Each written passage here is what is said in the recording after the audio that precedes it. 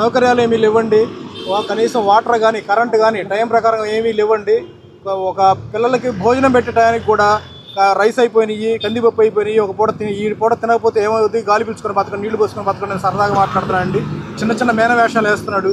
దయచేసి గవర్నమెంట్ వారు, టీటీడీ వాళ్ళు స్పందించి ఇకనైనా కొంచెం మీరు మేల్కొని తల్లిదండ్రులని కొంచెం సేవ్గా ఉంచుతారని చెప్పి మేము అనుకుంటున్నామండి. మొన్న గతంలో ఇట్లా జరిగింది. ఒక పిల్లవాడిని, ఇద్దరు పిల్లవాడిని, మా బంధువులు, మా చెల్లెల పిల్లలు కూడా ఇట్లా కొట్టాడండి.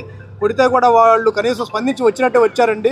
మరి ఆయన అక్కడికి వచ్చి వాళ్ళకి ఏం పారితోషికం ఇచ్చాడు, టీటీడీ వాళ్ళకి అందరూ అధికారులు కూడా కొనేసాయండి. ఇతను ఈ ప్రిన్సిపల్ గారు మీరు ఇప్పటికైనా కొంచెం మారి ఆయన కొంచెం ఇక్కడ తీసేసి కొంచెం వేరే కొత్తగా మంచి వాళ్ళని వేయాలని మేము మనస్ఫూర్తిగా విన్నవించుకుంటున్నాం.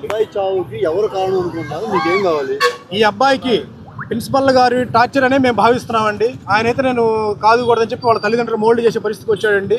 వాళ్ళ చేత కేసు పెట్టి ఇచ్చే పరిస్థితి కూడా రానివ్వట్లేదండి ఆయన. మీరు కొంచెం విజిలెన్స్ వాళ్ళు మళ్ళీ తద్వారా వచ్చేసి పాఠశాల ఏం జరుగుతుందనేది ఆలోచించి మీరు తక్షణమే యాక్షన్ తీసుకొని మమ్మల్ని అందరూ కొంచెం సేవ్ చేస్తారని చెప్పి మేము అనుకుంటున్నామండి. మీడియా ద్వారా తెలియజేస్తున్నాము.